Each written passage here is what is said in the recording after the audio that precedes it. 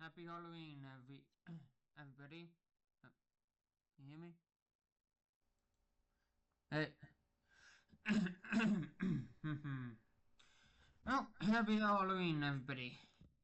I'm DN Olo, and today, so we are reacting to a video by Wendigoon about Blood Meridian.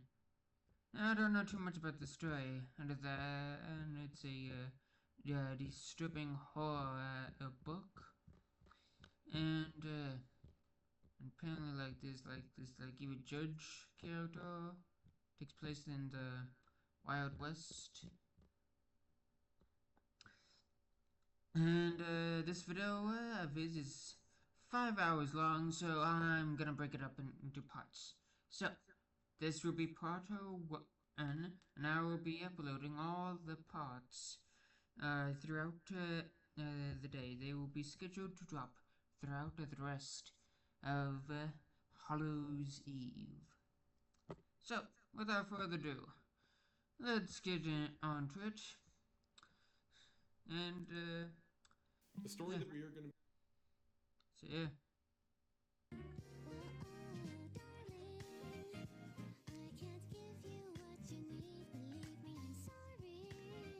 The story that.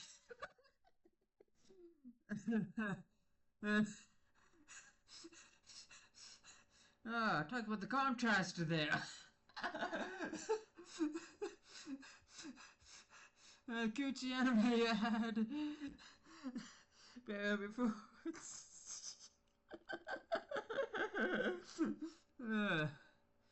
Anyway.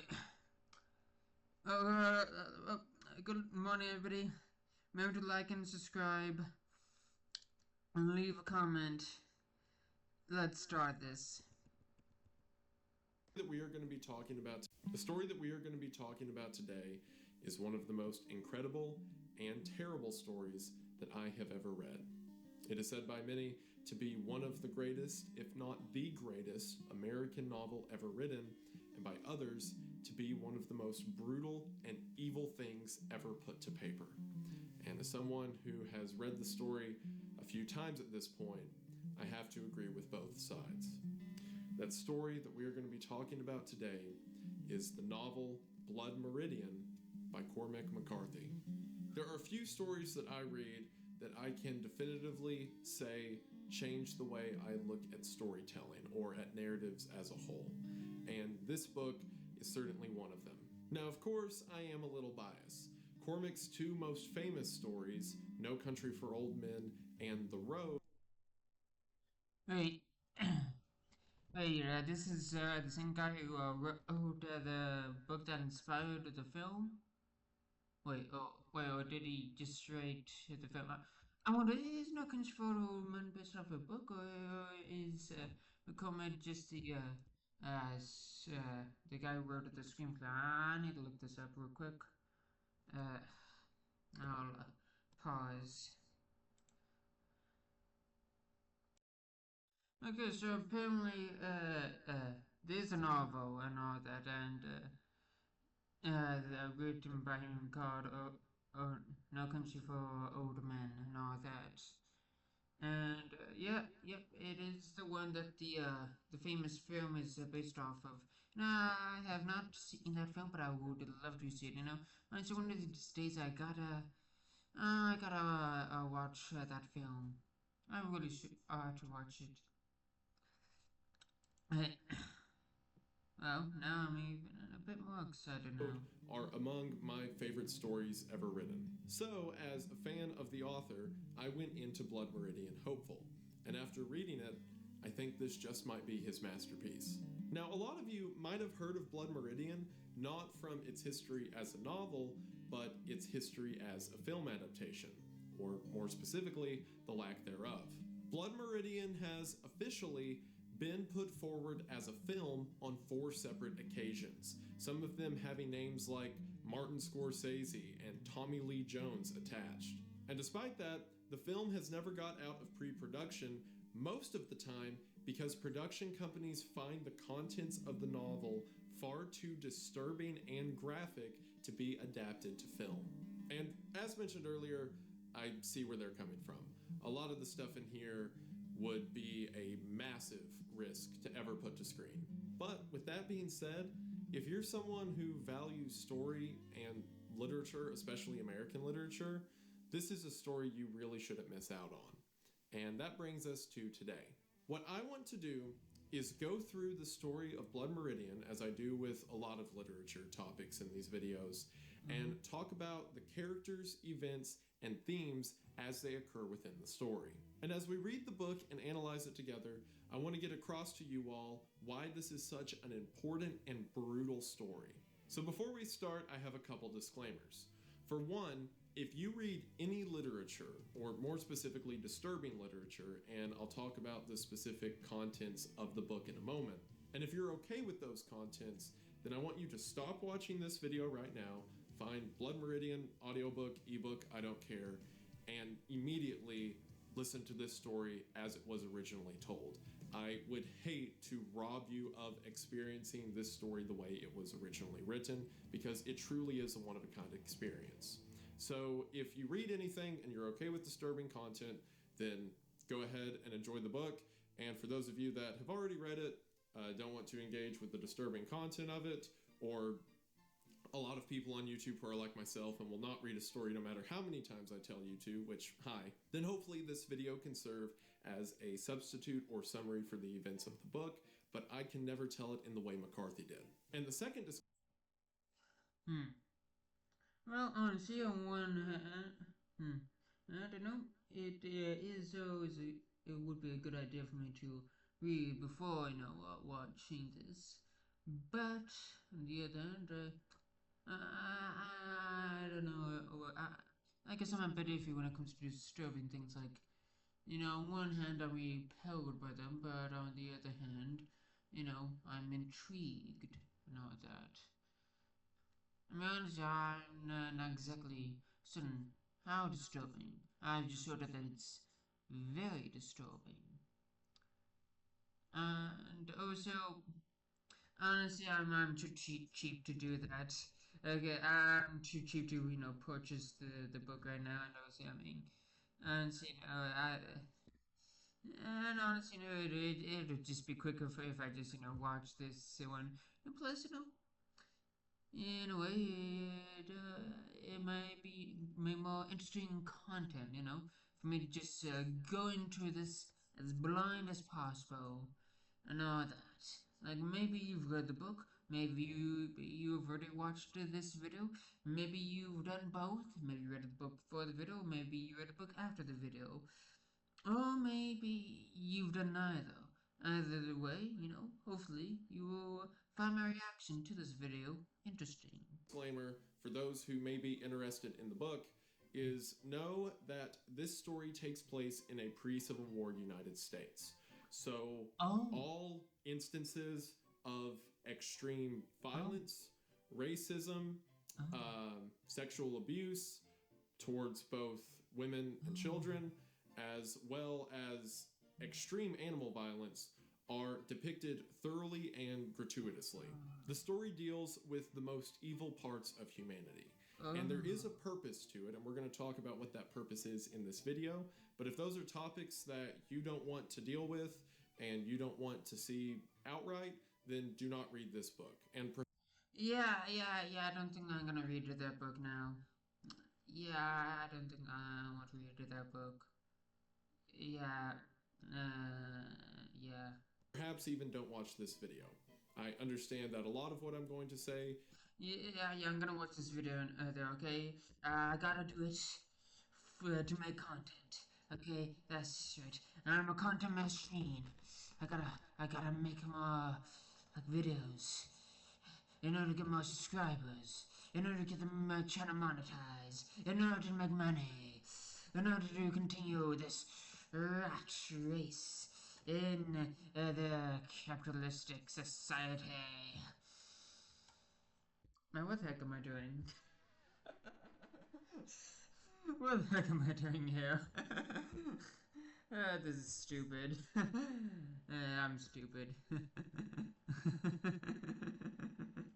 is a lot, and also that this video probably won't be monetized, but I can't not talk about this story. But despite all of that, Huh.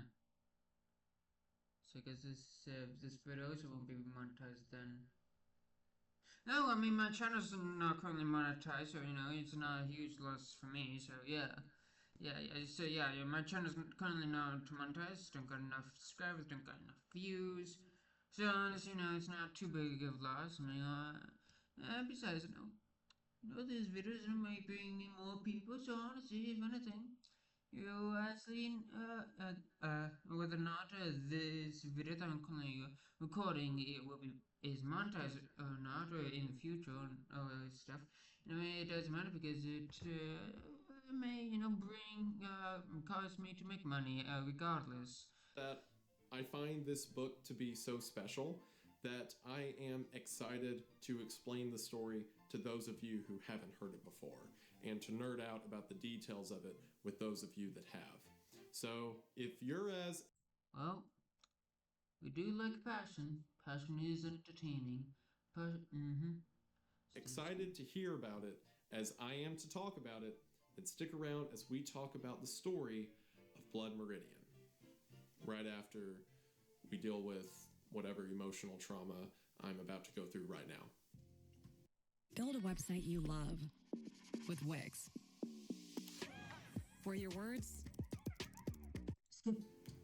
Oh, why, hello there. I was just taking a we'll be Okay, this has got to be a sponsorship. Yeah, no. Goodbye, sponsorship message. from the And back up. to Forward. World of Tanks in Forward. the description Forward. always the video. We are going to go ahead and get into it, but as always, thank you for watching. Now, a few of you probably know You're welcome. And also to you, the viewer, thank you for watching this video as well. I thank you just as he has thanked me. Let's pass on the goodness here. So, I don't know, thank somebody for something. Say thank you to somebody. Just pass on the goodness. notice this green screen behind me, which is a change from the norm of my normal content, considering this actually adds some level of production value. But the story of Blood Meridian is, for one, a story that doesn't have that many illustrations or depictions, and two, even if it did, I probably couldn't show them on YouTube. So for this story, Yeah. we're going to have a lot of mood setting, a lot of environments for us to talk through, and there's going to be a lot of sections of me reading pages out of the book, and I'll be reusing the same images. So bear with me through the low visual quality. I feel like the contents of this story more than make up for it. And also, as we begin, it feels weird to say, but there's almost a nervousness to me making this video right now. Because, like, I talk about a lot of important stories on this channel, right? Things like The Divine Comedy or Paradise Lost. But there's something about... Yeah, I've seen his video, those two videos of his where he talks about those books. Very good videos. You should check them out. Check out his whole channel and all. He makes good videos. But then again, you probably already knew that. This one that it just strikes such a personal chord with me about not only its content and the message it's getting across, but the setting and the characters. That I know if this resonates with someone the way it resonated with me, it can really change your life as a writer or a storyteller. So it's almost like I feel a responsibility standing here talking about it.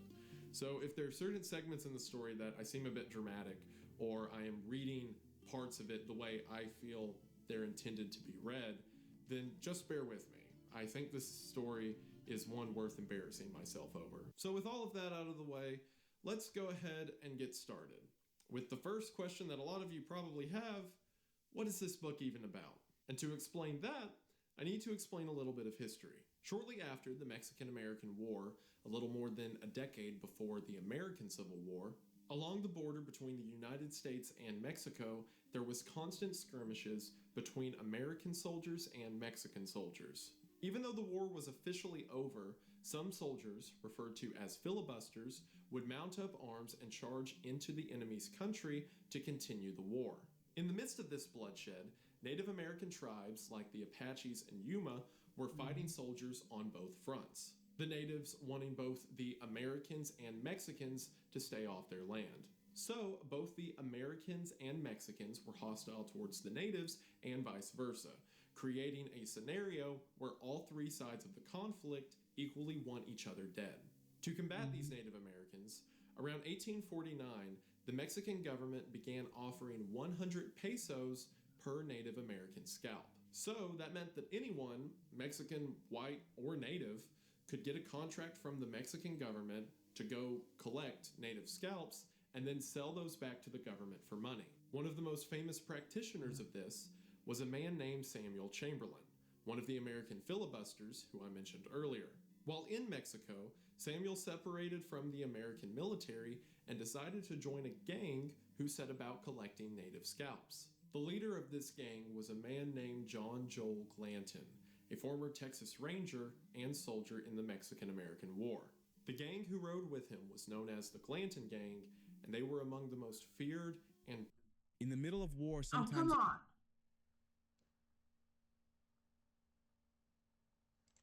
brutal headhunters in the Wild West in the Mexican-American War.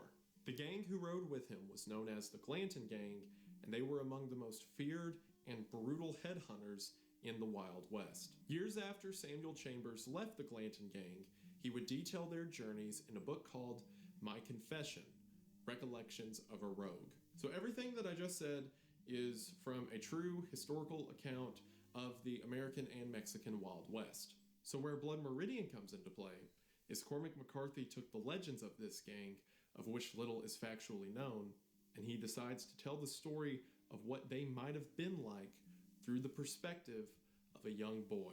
And this grand tale that deals with fate and war and death and purpose simply begins with the description of this child. The book opening with these lines. See the child. He is pale and thin. He wears a thin and ragged linen shirt. He stokes the scullery fire. Outside lie dark turned fields with rags of snow and darker woods beyond that harbor yet a few last wolves. His folk are known for hewers of wood and drawers of water, but in truth, his father has been a schoolmaster. He lies in drink. He quotes from poets whose names are now lost. The boy crouches by the fire and watches him.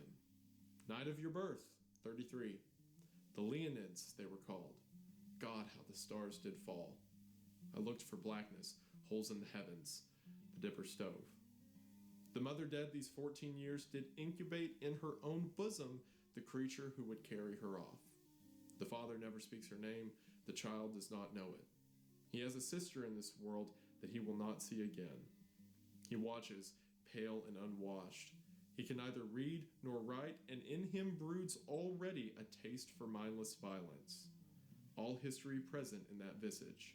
The child, the father of the man. We are told from this already that the child, this kid, who is never named in the story, by the way, he is simply referred to as the kid. We are told that the kid's life was wrought out of violence.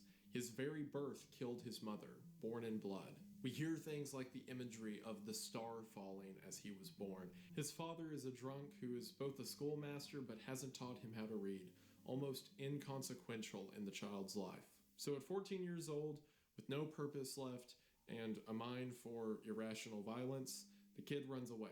He runs away from his home in Tennessee, and he doesn't know where he's going, but he just starts heading southwest. For several months, he stays in New Orleans, and while he's there, he periodically gets into fistfights on riverboats and decides to leave after he's shot. He's taken in and cared for by a kind woman, a tavern keeper's wife, who he doesn't have any money to pay, so one night he just sneaks out. For a couple of years, the kid just wanders the countryside, periodically getting into fights and working odd jobs. Eventually, he winds up in the city of Nacogdoches, and while he's there, he comes across... Man, the subtitles are very bad. Like, man, these subtitles are not very good. Absolute garbage. across a tent revival, the city of Nacogdoches, and while he's there, he comes across a tent revival. The kid, having no other place to go and no other purpose in the world, decides to step into the makeshift church. There are several points in this story where characters within the story will give tales or parables that, as I talk about them, I'll talk about their greater meaning to the plot, but a lot of them are interesting, and I want to share them with you.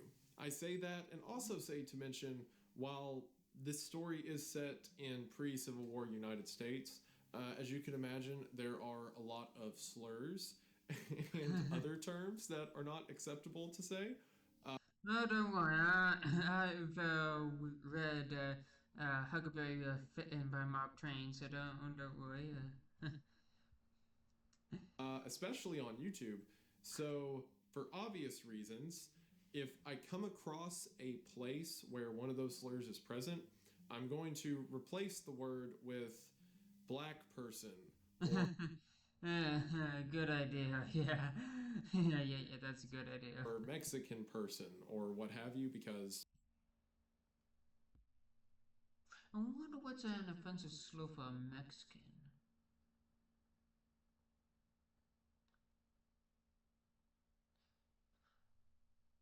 Like the closest I can think of is like just referencing the fact that the Mexicans eat a lot of beans. I know that. Uh, hmm. Don't really know any racial slurs for Mexicans. Yeah, honestly, that's probably for the better. again, duh. I don't even know if the portion I'm about to read contains any of those, but just in case it does, I wanted to make that known because there are a lot in here. The kid walks into the tent. It says that it's been raining for 2 weeks, and inside of the tent, it just stinks with the smell of wet dogs and human odor. And With Thrivent, your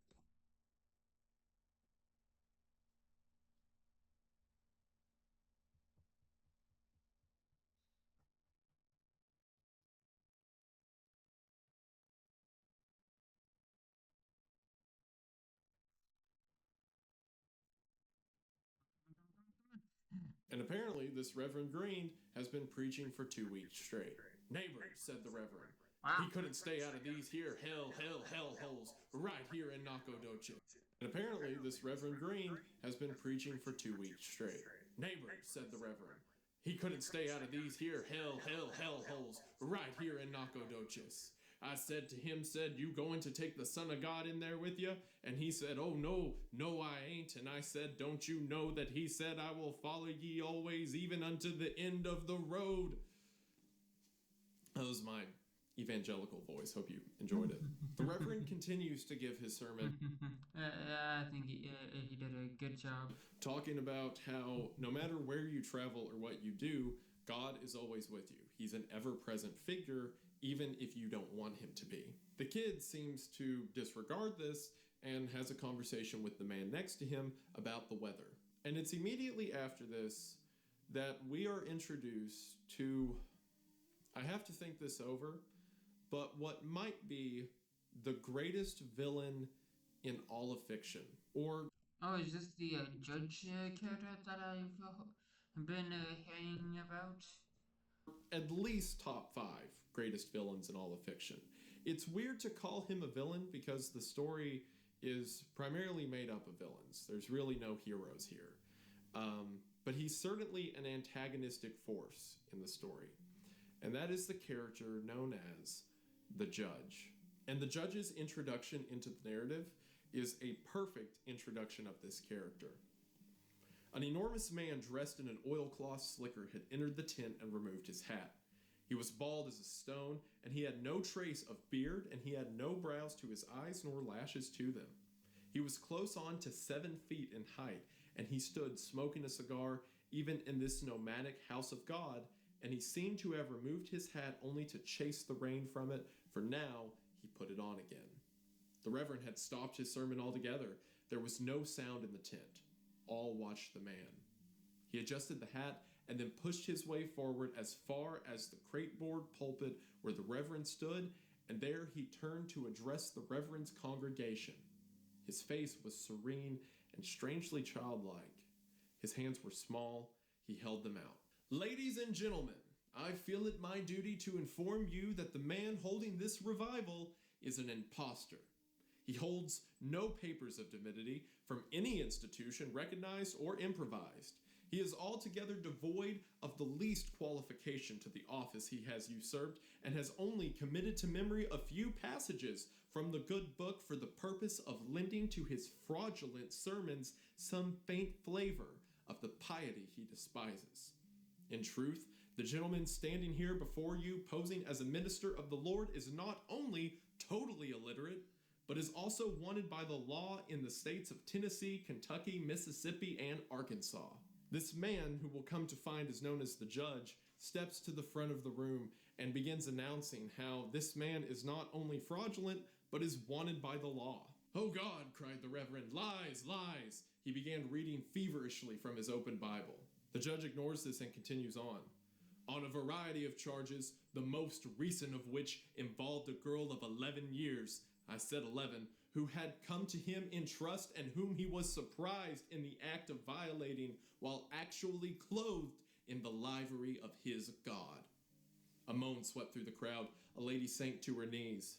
"This is him," cried the Reverend, sobbing. "This is him, the devil. Here he stands. Not 3 weeks before this, he was run out of Fort Smith, Arkansas for having congress with a goat. Yes, lady, that is what I said. Goat. Why, damn my eyes, if I won't shoot the son of a bitch," said a man rising at the far side of the tent, and drawing a pistol from his boot, he leveled it and fired. From there, the entire tent revival breaks out in a gunfight. People begin pulling boot knives and shooting randomly into each other. Several people in the tent, including the kid, begin to grab their knives and cut holes in the tent so they can make a speedy exit. The kid makes his way to a bar across the street, and from there he watches people run bleeding out of the tent before the tent itself falls over, surely with the dead reverend inside.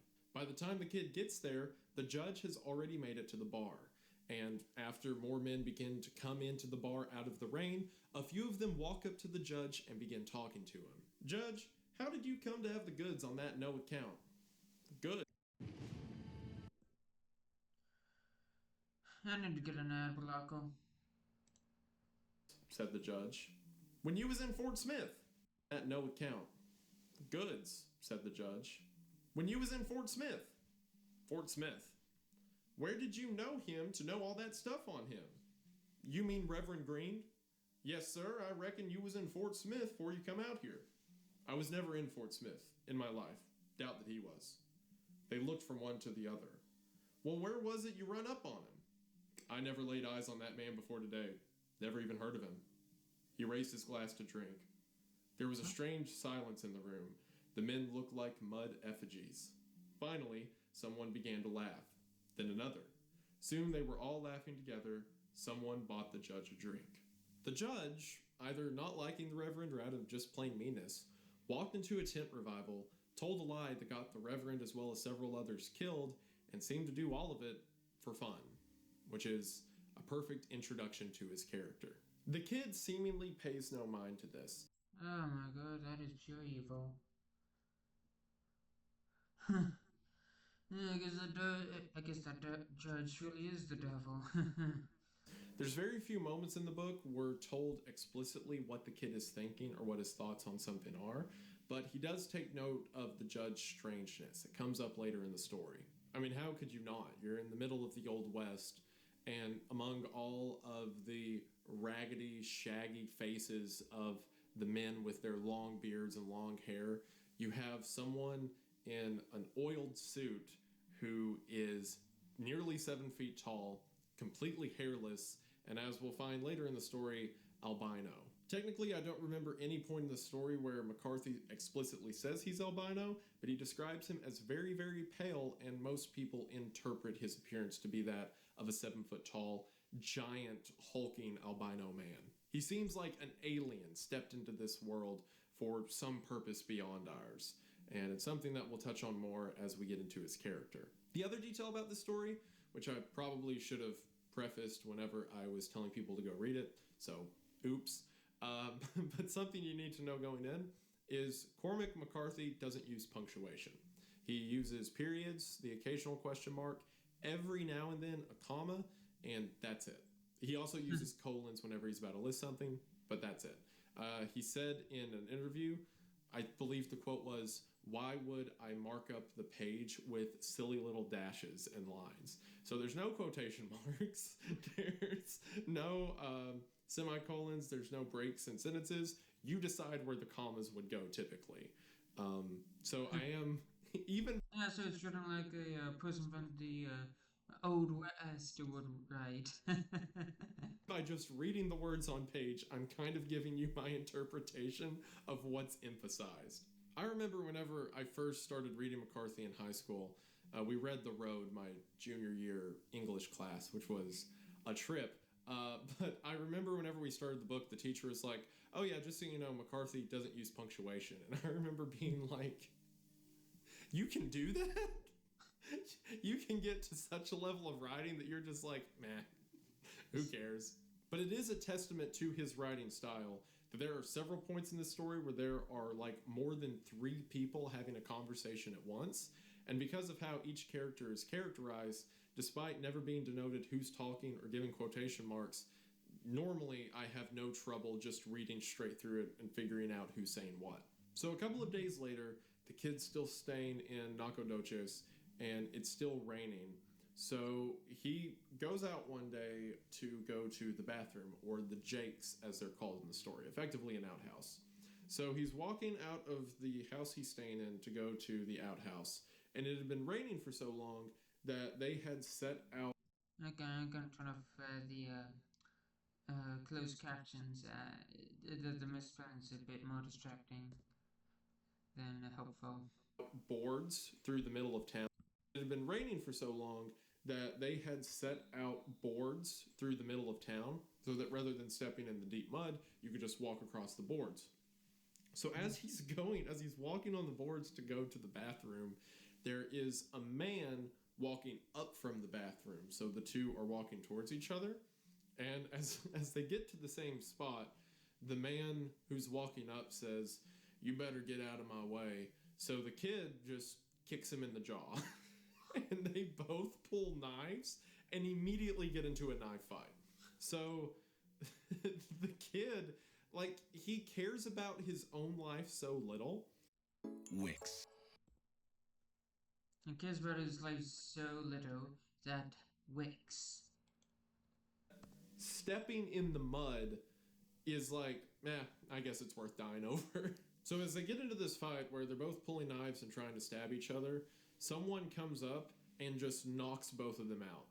It's also mentioned that they were both drunk in the street, so probably a police officer. And then the kid wakes up a day later in a hotel room sitting across from the same man he got into the fight with. The two of them realize that they have each other's knives, so they pass each other's knives back and I guess decide to quit fighting. So the stranger introduces himself as Toadvine. Toadvine has several facial tattoos, and Toadvine is mentioned as having several face tattoos and also spending a time in prison. Despite this, he thinks that the kid's alright. And as a matter of fact, he finds the kid so alright that he's immediately like, "Hey, you want to help me go beat up a guy?" And the kid, again with nothing better to do in life, is like, "Sure." So the kid follows Toadvine to a hotel, and Toadvine walks to the front desk and asks if this certain man's there. And the guy at the front desk says, "Yeah, but if he sees you, he'll kill you." And Toadvine brushes him off. They go upstairs to the top floor of the hotel where the man's door is locked, the man that Toadvine wants to beat up and rob.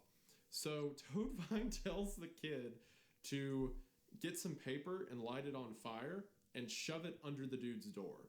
So the kid does, and it starts to set the door on fire. So whenever the man comes to the door and unlocks it to put out the fire, Toadvine and the kid rush in, beat him half to death, and then run away as the entire hotel burns down. So the kid's at a point where he's walking through the mud and he's like, "Yeah, I'll die so that I don't have to step in it." And then he gets knocked out and he wakes up across from the guy who was trying to kill him. And the guy's like, "Hey, do you want to help me go beat up this random guy you don't know?" And the kid's like, "Sure."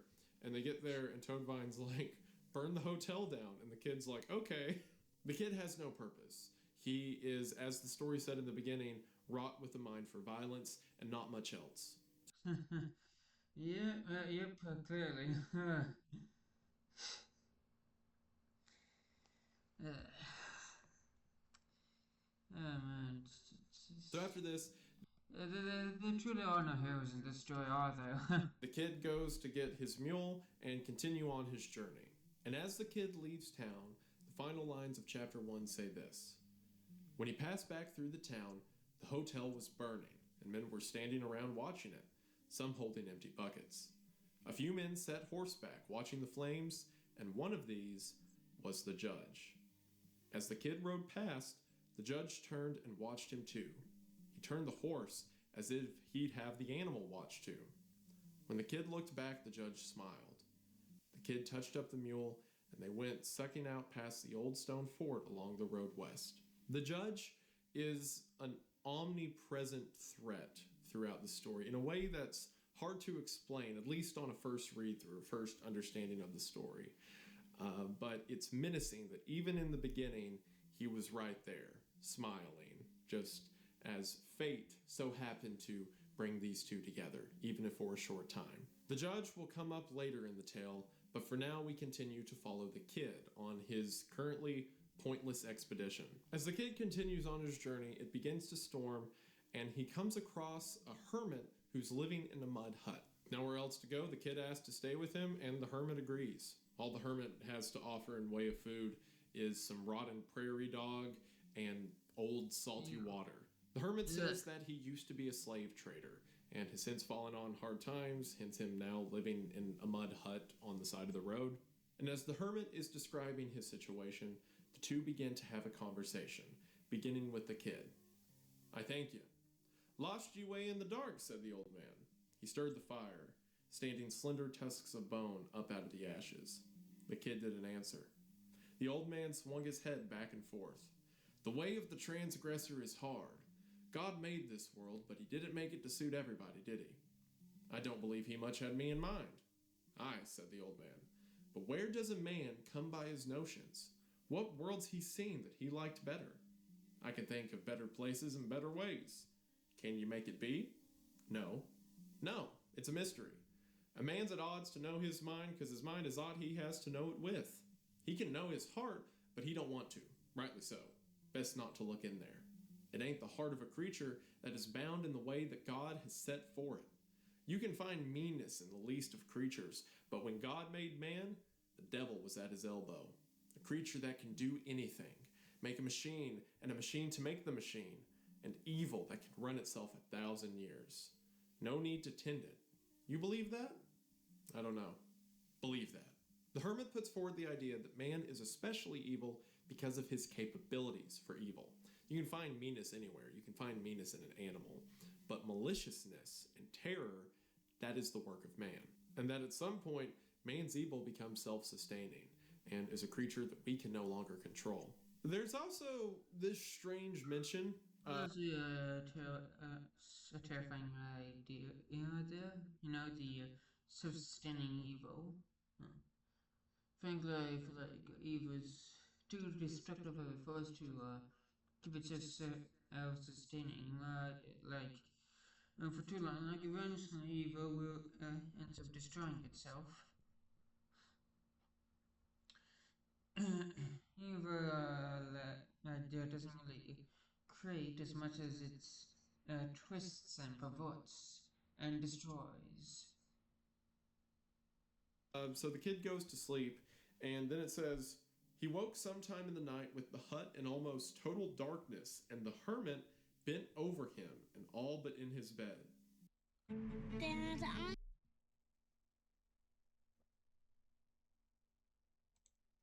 do you want? He said. Bent over him, and all but in his bed. What do you want? He said. But the hermit crawled away, and in the morning when he woke, the hut was empty, and he got his things and left. So, this is never stated, like why the hermit was looking over him. Maybe he was just, weird and staring at the kid. But the story has a lot of notions or implications of, what's the word? Pedophilia.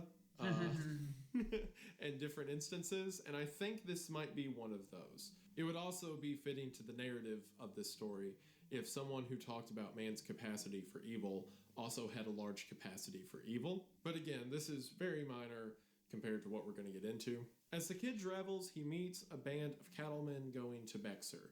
And this is one of the only instances in the entire story where a random meeting turns out good for everyone involved. The cattlemen are kind, they help give him directions, and the next morning, before he leaves, he sees that they left him some food and a knife. And while the kids made it well into Texas at this point, it's fitting that one of the only acts of goodwill in the story happens right before he begins his pilgrimage down south. So the kid makes his way to the town of Bexar. Again, he's just kind of roaming randomly right now. And whenever he gets there, there's a big dance and party going on in the street, and he makes his way into a local bar. When he gets there, the bartender only speaks Spanish, and the kid tries to explain that he wants a drink, but he doesn't have any money to pay for it. So as the barman keeps saying in Spanish that he isn't going to give him a drink for free, the kid keeps saying that he'll work for a drink. Eventually, the kid starts making sweeping motions, so the barman figures out that he wants to sweep, even though he keeps saying the room doesn't need sweeping, but the kid can't understand him. So the barman hands him a broom, and the kid just starts sweeping up around the floors, and then whenever he comes back to the barman expecting a drink, the barman won't give him one because he never agreed to it. So the kid's like, all right, I'll kill you for it. And as he starts to make his way to the barman pulls a pistol on him. But then one of the older men in the bar says something to the barman, and the barman decides that I guess this isn't worth killing the kid over. So he puts down the gun and picks up a hammer and walks around the bar to fight the kid with his hands. So the kid grabs a whiskey bottle, breaks it over the guy's head, and it's not explicitly said that he kills him, but it says that the kid stabs him in the eye and blood spurts everywhere, and the kid steals whiskey from behind the counter and leaves. After drinking the entire... That kid needs to be hanged. I mean, the kid's about 16 years now. 16 years old. So yeah, at that point he's pretty much a young man and all that, like, and a real violent one, like, and like that kind of violence. Yeah, I mean, at the very least, he should be imprisoned. bottle. He then wakes up the next day in an abandoned and rundown church. Churches come up a lot in this story, and every time they do, there's death involved. This time being the first and most minor infraction, where the kid sees buzzards eating some dead animal at the front of the building. The kid drunkenly stands up, looks around for his mule, and can't find it, so he just starts walking down the river until he runs into it. Eventually, he finds his mule, and while he's at the river, he decides to take his clothes off and take a bath. While he's naked and lying on the riverbank, an American soldier walks up to him. So while talking through the branches on the side of the river, "Howdy there," said the rider. He didn't answer. He moved to the side to see better through the branches. "Howdy there. Where are you at?" "What do you want?" "I wanted to talk to you." "What about?" "Hellfire, come on out. I'm white and Christian." The kid reaching up through the willows trying to get his britches. The belt was hanging down and he tugged at it, but the britches were hung on a limb. "Why don't you go on and leave me the hell alone? Just wanted to talk to you. Didn't intend to get y'all riled up. You done got me riled." I love the language. "Was you the feller knocked in that mixer's head yesterday evening? I ain't the law. Who wants to know?" "Captain White. You wants to sign that feller up to join the army." "The army?" "Yes, sir." "What army?" "Company under Captain White. We going to Of course, yeah, you know, just stabs a sharp bone in the eye, and instead of wanting to, put that poor kid in prison, you know, they want to recruit him for the army and all that.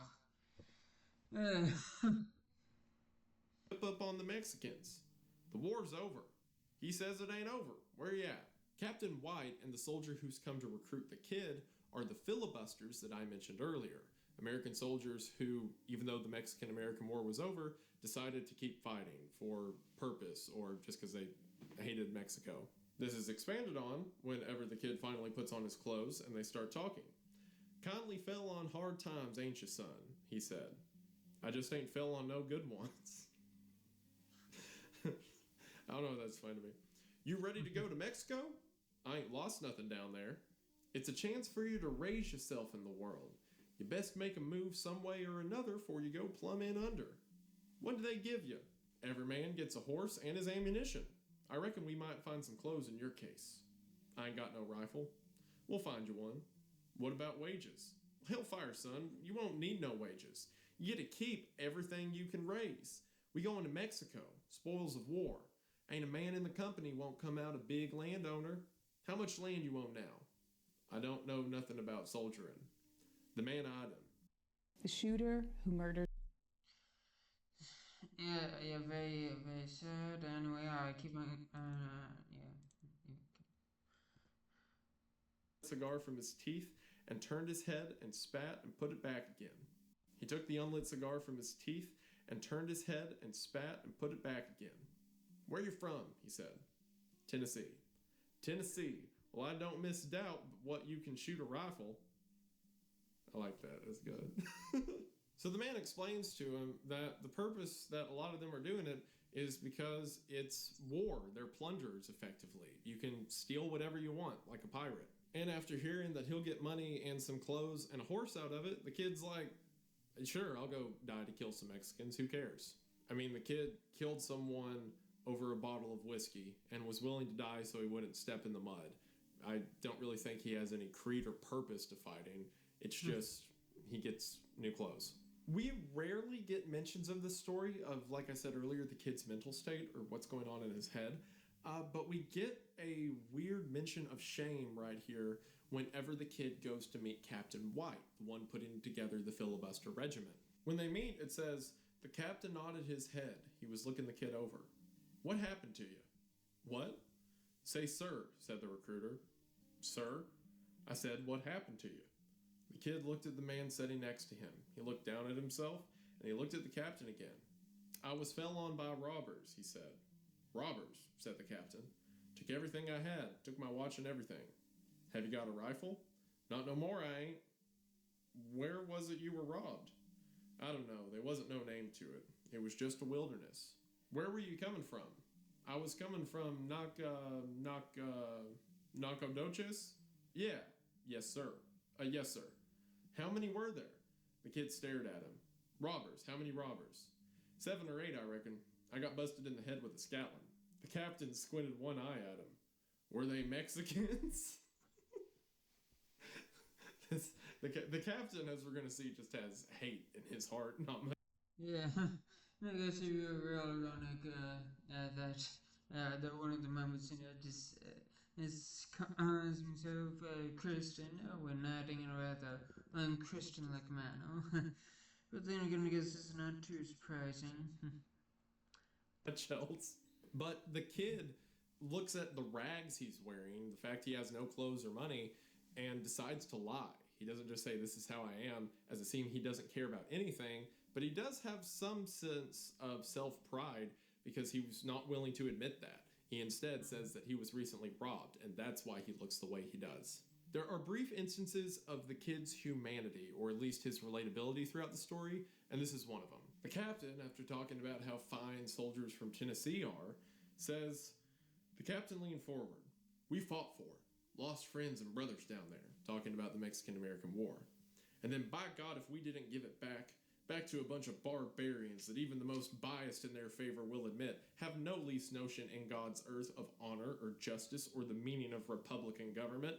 A people so cowardly they've paid tribute 100 years to tribes of naked savages, giving up their crops and livestock. Mine shut down. Whole villages abandoned. While a heathen horde rides over the land looting and killing with total impunity. Not a hand raised against them. What kind of people are these? The Apaches won't even shoot them. Did you know that? They kill them with rocks. The captain shook his head. He seemed made sad by what he had to tell. The captain continues later and says, what we are dealing with, he said, is a race of degenerates, a mongrel race, little better than black people, and maybe no better. There is no government in Mexico. Hell, there's no God in Mexico, never will be. We are dealing with a people manifestly incapable of governing themselves. And do you know what happens with people who cannot govern themselves? That's right. Others come in to govern for them.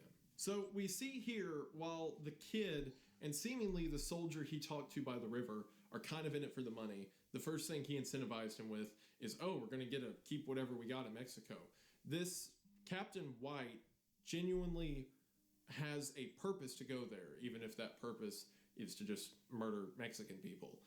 But it is a stark contrast to how the kid and most characters we're going to see later in the story just operate by their own greed and ideas. The captain has a reason or a calling to what he's doing rather than just his temporary incentive of greed or lust. And we're going to see very shortly what this story thinks of people who have purpose and motives and emotion. So after this, the boy goes out with two other boys from the filibuster company, and the captain has given them money to get a saddle, new boots, and new clothes. After they do that, the boys spend the extra money on women and booze. But as they get to one bar, it says that an old Mennonite is sitting in the corner. He begins to speak to them. They'll stop you at the river, he says. The second corporal looks past his comrades. Are you talking to me? At the river, be told.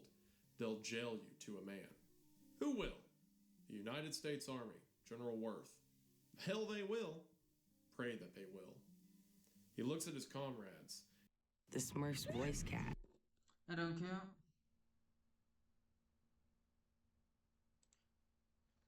The Mennonite.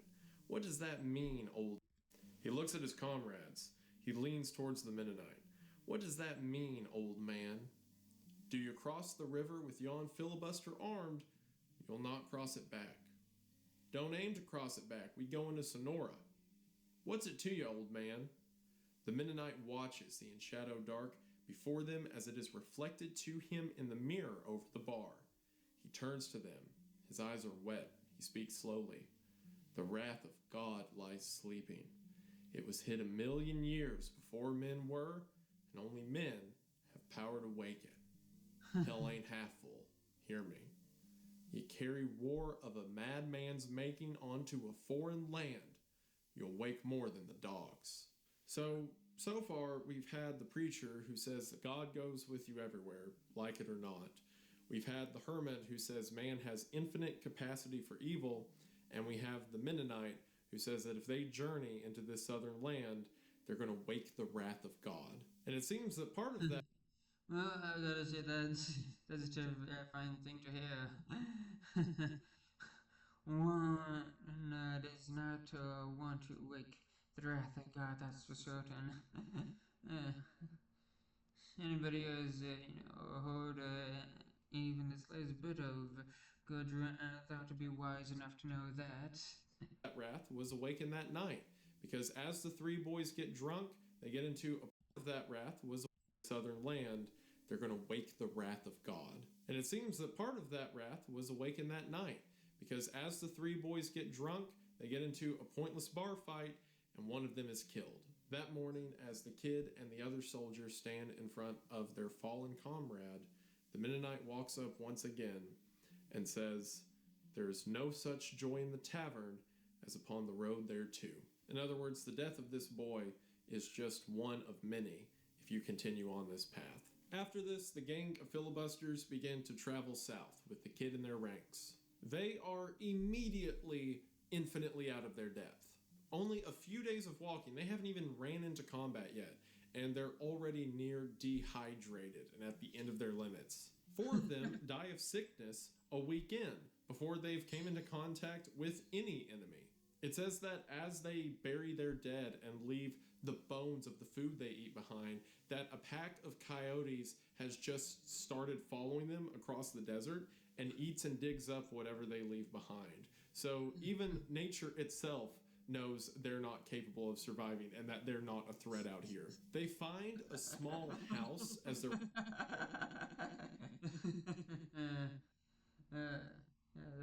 that's funny. walking through the desert, and they go up to it to see if they can get any supplies. And all that they find there is an old man who was hiding from them, and he's like curled up on the ground babbling. It says he wets himself, and Captain White looks at him and just says he's a half-wit and to get him out of there, and they just leave. The hypocrisy that's kind of mentioned in the writing of the story is that Captain White is both there to free and establish government. It's echoing now. Let me just turn down a little bit. For the people of Mexico, while also talking about how much he hates the people of Mexico. Like every interaction he has with them is, half-wit or saying that they're barbarians or what have you. But he also talks about how his war is justified because he's really doing it all to help them. He is not only a man of principle, but a man of intrinsically flawed principle, which even that is rare out here, as we'll soon see. Another element of this story, whenever people talk about it as, the great American novel, is the writing of McCarthy himself. It's hard to explain unless you read it, but it's almost as if the word, and I don't want to say this and sound too pretentious, but it's almost like some of the wording transcends nature in a way that gives the story a scope of something greater going on. Like, there's so many beautiful sections of the story that talk about nature, but one right here that describes the environment as this gang of filibusters make their way across the desert is a good example. They rode on, and the sun in the east flushed pale streaks of light, and then a deeper run of color, like blood seeping up in sudden reaches, flaring planewise, and where the earth drained up into the sky at the edge of creation, the top of the sun rose out of nothing like the head of a great red phallus, until it cleared the unseen rim and sat squat and pulsing and malevolent behind them. The shadows of the smallest stones lay like pencil lines across the sand, and the shapes of the men and their mounts advanced elongate before them, like strands of the night from which they'd ridden, like tentacles to bind them to the darkness yet to come. They rode with their heads down, faceless under their hats, like an army asleep on the march. By mid-morning, another man had died, and they lifted him from the wagon where he'd stained the sacks he'd laid among, and buried him also, and rode on. There's parts of the... Wow, that was very beautifully written. Very poetic. I can understand the praise a bit there. Yeah, that was very well written. Wow. And after hearing that, I now want to read the whole the book, even if it's disturbing. Like, just sentences like that. I mean, I deserve to be studied and all that. Just absolutely wonderful, wonderfully written, beautiful. Story where it feels like I'm not reading about Earth. It feels like I'm reading about some alien world or some description from Dante's Inferno of hell itself. It's strange how the story in your mind can contort to fit whatever McCarthy's trying to get across in almost ways that, the logistics don't matter, especially with characters like the Judge, which we'll talk more about later. He was a metamorphosis to me through the story. The way he looked, the way he behaved. It's so interesting how different descriptions of the same thing can make that thing morph. And it's one of the, I'll talk about this more at the end, but it's one of the reasons it would be very hard to adapt this as a film, because some of the uniqueness of this story is how it lays in your mind. Yeah, I feel like if one were to make a film adaptation, it has to be animated. In fact, it should probably be like animated in 2 dimensions, 2D animation, and all that, because, like, I mean, just the way it was written, the sentence is written. I mean, it just captures the mind in such a way that, I mean, it'll just be way too difficult to just put into live action, way too expensive, and if you somehow manage it, it just wouldn't look right and all that. Just kind of like those strange psychedelic uh, animated films from the 60s and 70s and 80s and all that. Yeah, where the visuals just get real strange and weird and all that. I think if it were to ever be adapted, I mean, the only way to adapt it would be uh, in an animated form and all that. As with any story, the unseen element is elaborated on by you. And if you have a creative mind, some of the depictions in here are. In Albion, no matter. In Albion, the ads are annoying. And if you have a creative mind, some of the depictions in here are beautiful and terrifying. Sometimes. yeah. I mean, I was visualizing it the entire time. Really good. Times at the same time. Eventually, as the filibusters are riding through the desert, they see a group of Native Americans ride up on them from the plain. And the captain looks at them and says, "Oh, there's probably about a dozen there. We'll have some action by the end of the day," thinking this all to be a game that he's already won. And whenever the Comanches ride up, the captain and his men are hopelessly out of their depth. A legion of horribles, hundreds in number, half-naked or clad in costumes Attic or biblical or wardrobed out of a fever dream with the skins of animals and silk finery and pieces of uniform still tracked with the blood of prior owners. Coats of slain. I need to listen to the Horribles, hundreds in number, already won. And whenever the Comanches ride up, the captain and his men are hopelessly out of their depth. A legion of horribles, hundreds in number, half-naked or clad in costumes Attic or biblical or wardrobed out of a fever dream with the skins of animals and silk finery and pieces of uniform still tracked with the blood of prior owners. Coats of slain dragoons, frogged and braided cavalry jackets, one in a stovepipe hat, and one with an umbrella, and one in white stockings and a blood-stained wedding veil, and some in headgear of crane feathers or rawhide helmets that bore the horns of bull or buffalo, and one in a pigeon-tailed coat, worn backwards and otherwise naked, and one in the armor of a Spanish conquistador. The breastplate and pauldrons deeply dented with old blows of mace or saber done in another country by men whose very bones were dust, and many with their braids spliced up with their hair of other beasts until they trailed upon the ground, and their horses' ears and tails worked with bits of brightly colored cloth, and one whose horse's whole head was painted crimson red, and all the horsemen's faces gaudy and grotesque, with daubings like a company of mounted clowns, death hilarious, all howling in a barbarous tongue, and riding down upon them like a horde from a hell more horrible yet than the brimstone land of Christian reckoning, screeching and yammering and clothed in smoke like those vaporous beings in regions beyond right knowing, where the eye wonders and the lip jerks and drools. "Oh my God," said the sergeant. One of the... Oh. Oh, man, incredible. Oh.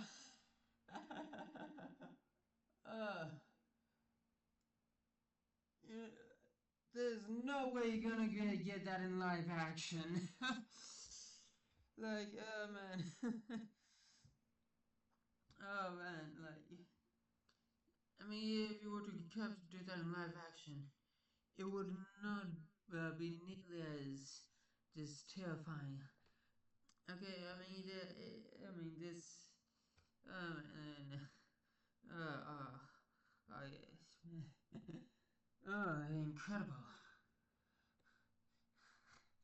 Man, I can just begin to imagine it just being shot like one of the orcish hordes in Ralph Bakski's Lord of the Rings film and all that. I'll pause to give you to show an example of what I'm talking about here.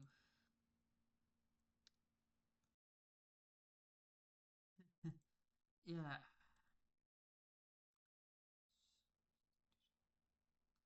yeah. Just this is something kind of like similar to this and all that.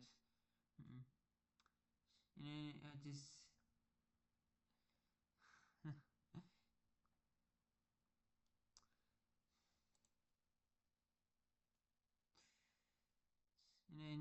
this kind of this kind of like imagery here. Just honestly, it's kind of hard to just kind of just describe what I'm just talking about with words here, but yeah, hopefully you get the idea of what I'm talking about here. Just The critiques I saw people talking about this story, and I guess it's people who just, enter the story with bad faith or whatever. They got to like that part and they quit reading because they thought the depictions of if it was racist. Native Americans was, incorrect or whatever. Just wait to see how McCarthy describes the white men and the Mexican soldiers. He's not favorable towards them either. What Yeah, I mean, honestly, I feel like the purpose of it is to strike terror more than be historically accurate and all that. We got a 7 foot tall, bald, albino man in the story. Like, like I feel like the historical accuracy is not what the author intends and all that. Like if you're reading this to in sort of stumbling upon something that's just accurately describes what it was like back then you're mistaken. Okay, this is it's pure fiction and all that. Like, yeah. he's describing here isn't the difference between white man and native. It's people who are not familiar with this country, with this world they've entered into, and people who are accustomed to it. Yeah, that is very true, and honestly, I think that kind of adds to the horror to it. Like, like the just completely out of the depth and all that. Like, yeah. The description of the Comanches as they're wearing clothing of previous battles and the armor of a Spanish conquistador, a war, a turmoil that is centuries now past, yet the armor, the remnants of it, are still out killing, still part of battle to this day. These are people who are bred and hungry for war against a people who do not know what war they're getting into.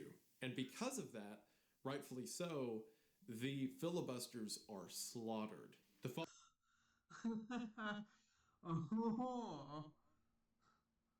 Oh. Man, wow, now I want to read this book. Oh, man. Oh. following paragraphs are long descriptions of the bodies being torn to bits, the scalps getting ripped off, the slow death and defilement of the corpses. If I recall correctly, there were 50 men who began this journey with Captain White. And at the end of this, there are 8 survivors. The kid had survived because early in the battle, his horse was hit with an arrow, and Wait, who survived? the kid had survived because early in the battle, his horse was hit with an arrow, and the horse fell. And in the dust and the kid lying on the ground, they didn't see him as the Comanches went through and slaughtered everyone. So the kid, after the battle's over, begins to stumble his way through the desert and eventually comes across another survivor, a man named Sproul. Sproul's arm is laid up in a sash because it was injured during the battle.